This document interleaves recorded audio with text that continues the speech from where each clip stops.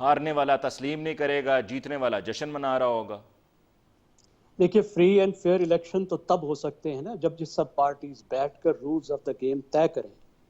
اگر یہ طے کریں کہ کس طرح الیکشن ہونا ہے, شفافیت پر یہ آمادہ ہوں اور کوئی ایکسٹرنل انٹرفیئرنس نہ ہو. جس انٹرفیئرنس کی بات کی جا رہی ہے 2018 میں وہ کس طریقے سے انٹرفیئرنس ہوئی اس کے آپ بھی گواہ ہیں, ہم بھی گواہ ہیں.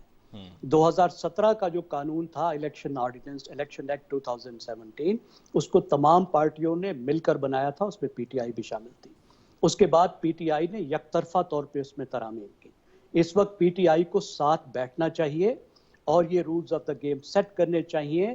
اس طریقے سے دوسروں کو کافر قرار دے کر, منکر قرار دے کر, ملک دشمن قرار دے کر سیاست نہیں چل سکتی. یہ تو جو ابھی آپ نے منکر قرار دے کر اور یہ سب باتیں جو آپ نے کی ہیں, اس میں تو ابھی یہ جو ریسنٹ ڈیولپمنٹ ہے اس میں تو گورنمنٹ نے کیا ہے یہ پی ٹی آئی پر. جی بالکل, ان کو وہ بھی غلط ہے, نہیں کرنا چاہیے, کسی صورت میں نہیں کرنا چاہیے. کھیل اب بند ہونا چاہیے. اور میں صرف آپ سے یہ عرض کرنا چاہتا ہوں, بہت کنوینئنٹ ہے کہ سارا ملبہ جو ہے وہ آپ سیاست دانوں پہ ڈال دیں. یہ جو ہماری اربن مڈل کلاس ہے نا, یہ تو ہمیں تو خاص طور پر ہمیں جمہوریت وارے نہیں کھاتی.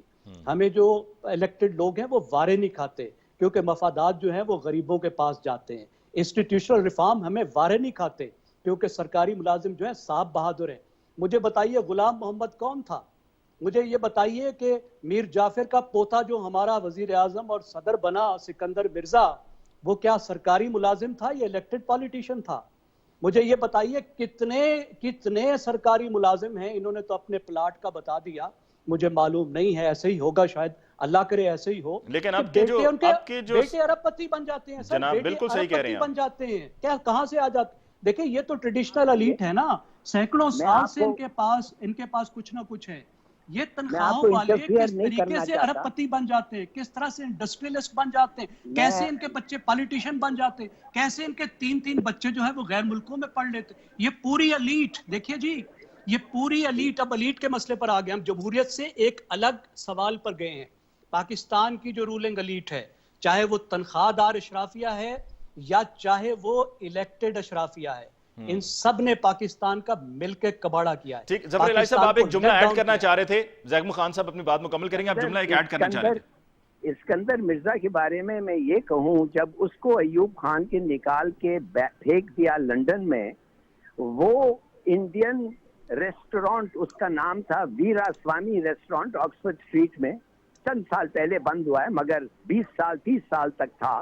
اس میں آپ یقین کر سکتے ہیں کہ وہ نوکری لی as maitre d, as a head of all the waiters. The president of Pakistan, جس کو یہ کہتے ہیں کرپٹ تھا.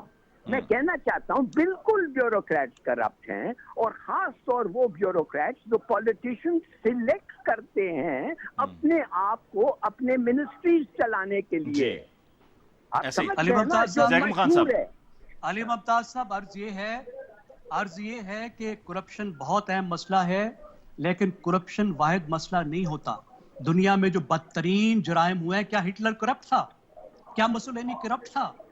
کیا جو باقی لوگ جنہوں نے پورے ملکوں کو تخت و راج کیا, پال پوٹ نے جو اپنے 1/3 بندے قتل کر دیے اپنے ملک میں, اگر کرپشن جرم, سر جو عرض یہ ہے میری بات کرپشن کو لیگلائز کر لیں.